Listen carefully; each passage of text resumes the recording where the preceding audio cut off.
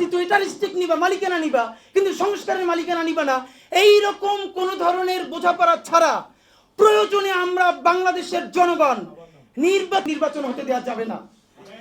জুলাই ঘোষণাপত্রে 47 লাগবে, 71 লাগবে। 24-এর শহীদদেরকে জাতির শ্রেষ্ঠ সন্তান হিসেবে ঘোষণা দিতে হবে। আমাদের ধারাম হইতে চাই না। জুলাই ঘোষণাপত্রের কন্টেন্টে কি লাগবে? 200 বছর আমাদের পূর্বপুরুষ লড়াই করেছে ব্রিটিশদের বিরুদ্ধে, তার কোনো স্বীকৃতি নাই 47-এর। প্রথম স্বীকৃতি 47-এর স্বীকৃতি দিতে হবে।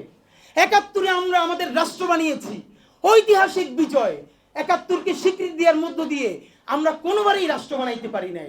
24-এও আমাদের রাষ্ট্র গঠন হয় নাই।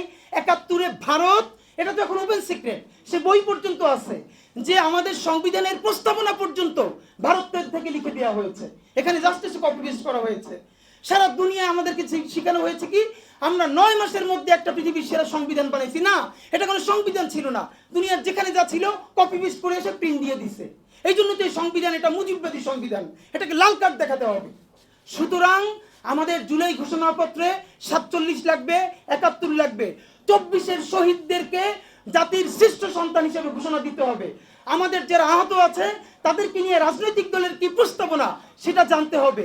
আমি আপনাদেরকে শুধু বলতে চাই, ইনকিলাব মঞ্চ আগামী সোমবার জুলাই ঘোষণাপত্রের খসড়া জনগণের তরফ থেকে উপস্থাপন করবে ইনশাল্লাহ। আপনারা অনেকে জানেন, সেই দিন আর কারো নাম ধরে অথবা কারো মুখের দিকে তাকায় না, আবারও আমরা রাজপথে নামবো। এই সরকারের আমলে অতি দ্রুত, আপনারা জানেন আগামী 25শে জুন জুলাই ঘোষণাপত্রের তারিখ শেষ হয়ে যাবে, 30 কার্য দিবস। কই মিটিং কোথায়? একটা তো মিটিং হচ্ছে না। এবং আমরা সবাই মিলে রাজনৈতিক দলগুলোর উপরে এই তো সরকারকে চাপিয়ে দিচ্ছে রাজনৈতিক দল। কি করবে যে সে সংস্কার কেন করে না? কেন সংস্কারের চাপ দাও এই সরকারের উপর, আর যখনই তোমারে আমরা বলি যে তোমরা আন্দোলন করো না, তখনই বই খাতা নিয়ে লাভ দিয়ে পড়ো, না না না আমরা আন্দোলন করছি তো। মানে আন্দোলন করছি তো এটার স্টেক নিবা, মালিকানা নিবা, কিন্তু সংস্কারের মালিকানা নিবা না, এই রকম কোন ধরনের বোঝাপড়া ছাড়া প্রয়োজনে আমরা বাংলাদেশের জনগণ নির্বাচনকে প্রতিরোধ করবার জন্য, কোন নির্বাচন? বিচার ছাড়া, মৌলিক সংস্কার ছাড়া বাংলাদেশে কোনো সেবা দাসের নির্বাচন হতে দেওয়া যাবে না।